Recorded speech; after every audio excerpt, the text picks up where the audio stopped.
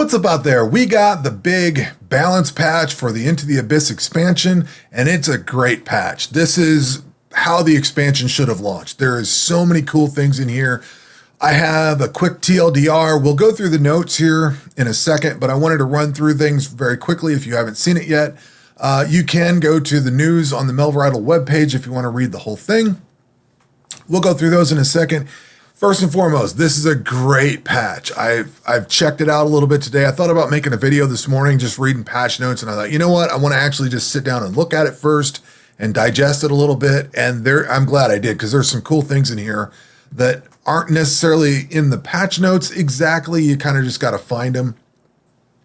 Some settings and things like that. There's some things that I still would like to see them change, but we're in a very good place right now. So the first thing you're going to notice is that there is a realm switcher, and you will see that this is branded the Abyssal Realm. There's a nice little volcanic, whatever you want to call that, background to it. It's got a different look to it. When you leave the Abyssal Realm, it pops this banner up, and then you get the normal Melvor idol look to it. That's it. That's all. You'll also notice that your skills swap over from standard skills to abyssal skills. You go from gold to abyssal coin. You go from regular prayer points and slayer coin. Like, this all swaps right on over to the abyssal realm. It just switches right on over. So now I'm in the abyssal coins, abyssal prayer, abyssal slayer, and all the skills swap over like they should. You don't see both. It just seamlessly swaps back and forth between the two. I think it's phenomenal. If you go into settings and watch these toggles up here, when I switch realms, you'll see these actually swap over, these three specifically, for showing the abyssal pieces, slayer coins, and stuff like that. You can turn all these on if you want to see it all. You can go back to Legacy Realm if you want.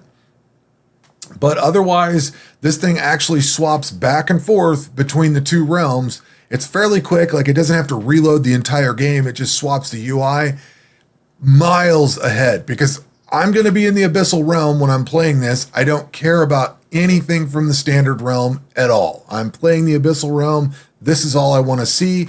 And I know there's been people that have complained that they bought the expansion without having beat the base game yet. So now they've got all this expansion stuff on there. So that'll help them, because then they will only see the base game stuff until they get through it and then can swap over. So this is a massive change just by itself. There is an option for agility. By default, it leaves you with the old legacy version of the swapping. And the reason they do that is so that you can actually go and change your standard obstacles without having to swap the whole realm over and then swap the entire realm back just to swap obstacles. That is actually in the settings here. Always show legacy realm and legacy realm selection and agility. That's a huge quality of life improvement by just leaving that. You know, they left this and they've left it as a toggle. So if you don't like it, you can change it. But I think that's huge, because there are a lot of obstacles that you will use fairly frequently in the Abyss, but having to swap the whole realm over would kind of suck to swap over to it. And there's not really any reason to go back to the standard realm, especially with this change here.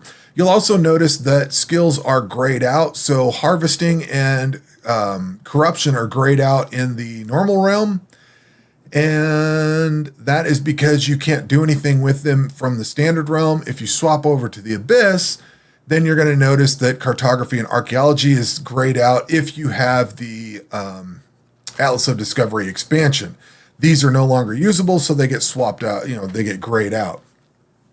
So, and then the Abyss has its own theme, so it makes it real easy to see which realm you're in. It's a phenomenal change. Just that alone makes things so much cleaner and easier.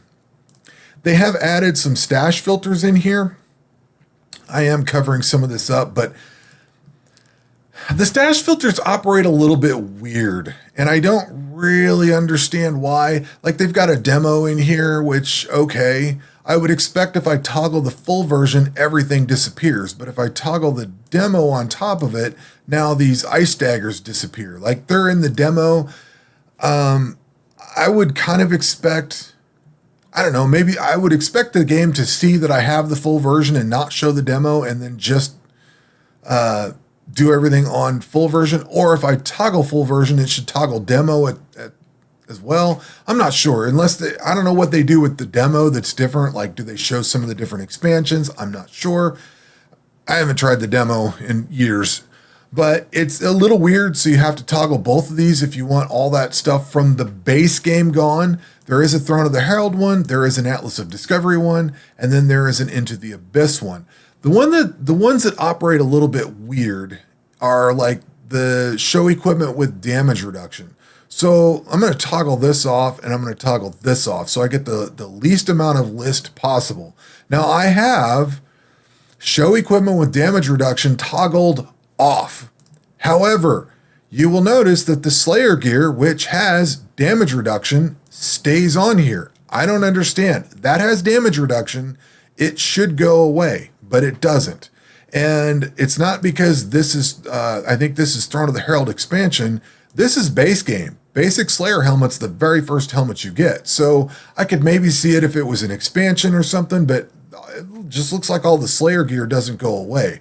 So it doesn't necessarily toggle everything off. There is some nuance to it. Do I have...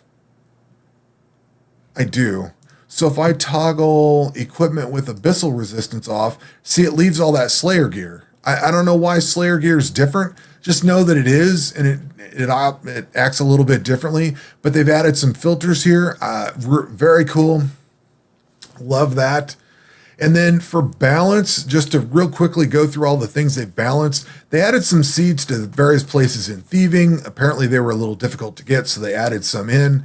They nerfed some throwing knives in here. I didn't really use throwing knives, especially on my ancient relic mode. I used my normal bow and crossbow. But apparently throwing knives were a little OP, so they nerfed those a little bit. They nerfed a ton of recipe costs. We'll get into it when we go through the actual notes here.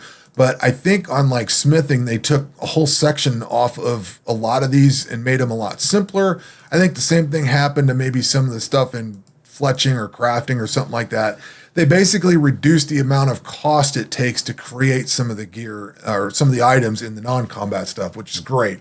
Some of the stuff was a slog where you had to go mine like 2 different ores plus a bunch of stuff from harvesting. It was a bit much.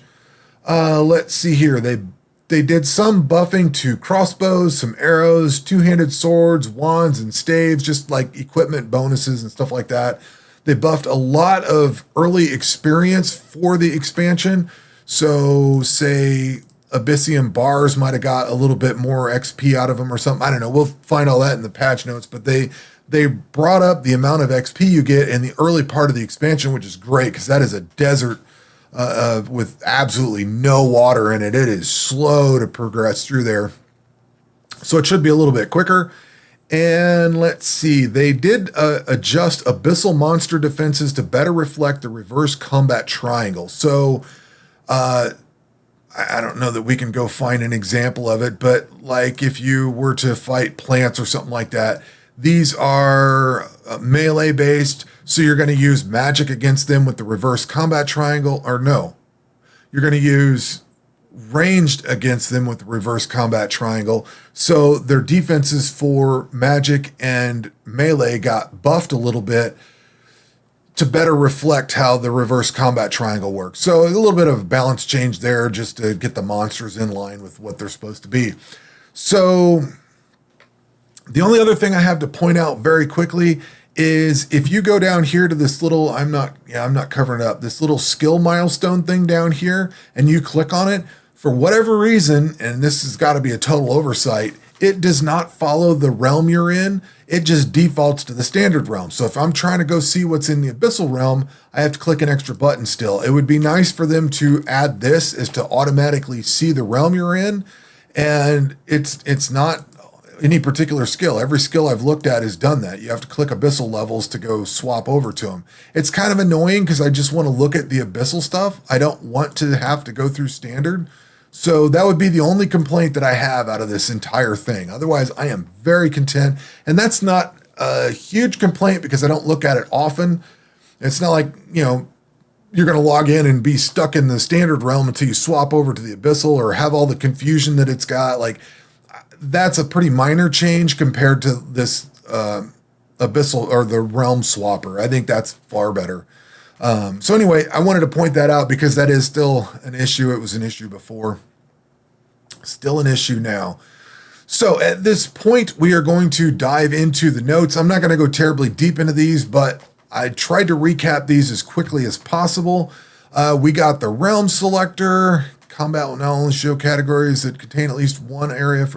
So combat only going to show the realm that you're in, basically. Skills on the sidebar have a slightly transparent look. That's these here. We talked about that. Special theme to the abyssal realm. All. So for everybody, they did add the bank filters with a new icon next to the summary. That's this thing over here. Allows you to show hide items based on some predefined filters. Those with Into the Abyss will see more filters than those who don't own it. Added combination rune setting to the My Runes page in combat. Oh, nice. Oh, so they just put the combination runes on there. Okay. And then added a color coding of requirements to upgrade the item pop-up. I don't know what that means, but I don't know. I don't know what that means. Color coding of requirements to upgrade item. Well, whatever. They added something in there. I've got some mods on here, so I don't know what all changes. And it looks like all of my mods came over. So I've not had any mod issues today. There's some new settings, which we basically talked about those. General changes in balance. So the combat areas, we talked about the name changes that there are. Changing realms will now change the realm for all skills unless using the legacy realm setting. They added Witherlime to the Withering thieving area. They added Whisper Tallow to these are seeds, to the Silent Crypt in thieving. Echo Snap seeds to the Void Vaults in thieving. Void Essence drop has been increased in the Void Vaults from 2 or up to 2 from 1. Shadow Tormentor now drops 10 Gloomite throwing knives down from 30. A little bit of a nerf on quantity there, so you probably have, you just farm them a bit longer pretty much. Abyssal Bat now drops up to 10 Abyssium throwing knives down from 15. Again, they nerfed a lot of the throwing knife stuff. Smithing now creates a base quantity of 2 throwing knives down from 4, so you got to work on that a little bit more. Rune crafting now displays a separate section for rune cost reduction in its source tooltip. What they're saying there is this thing here. We've got this cost reduction stuff over here. If you go to the regular realm and look at it, that's all gone. That's all that is. Recipe cost. Now this is the big one in here. Heavily reduce the cost to create arrows, javelins, bolts, and crossbows. So that's phenomenal because some of these had a just ridiculous amount of cost to them. I kind of wished I'd have took some screenshots before for a before and after, but I don't have that. Rings and amulets. And this is the other thing. Because we've got this realm switcher, you'll notice that you get just this bar of stuff that only applies to the skill you're in that realm. So you don't have to swap between the two realms and switch between it. Like all the different arrows and bolts and stuff are right there. All the skills are like this. When you swap realms, it shows the list for this realm only, which that's another big change I thought was really cool. Let's see here. Rings and crafting. I know crafting, there was a bunch of cost in here. Yeah, what did they say here? Removed 1 item from the recipe cost of most rings and amulets. There were some of these that had just a ridiculous cost. I don't think I was able to even craft any more of these things. And whatever they removed was what I needed removed. Or maybe not. I don't remember. I was looking at these and there were some of these I could not craft. I don't remember which ones they were now. I was just out of pieces for the one component, and it looks like they took that out. So that's nice. Reduced quantity of required rings and amulets for the upgrade version 2, which is good because some of those took an enormous amount to just upgrade the thing. Remove the ring amulet item requirement from Obsidian rings and amulets in crafting. That's good because those were kind of annoying. I do have those. No, I guess I'm not. I might be on my relic mode that had that. I thought I saw those. Anyway, it doesn't matter. Remove the Brumite cost from Gloomite gear. So you can just use those bars. That's great. And remove the Gloomite cost from Withering gear. Netherite still has a double cost. So this makes it more in line with the other, all the base game and the other expansions. That's great. Have the Witherite bar cost for the Netherite gear. Great. Because that, yeah.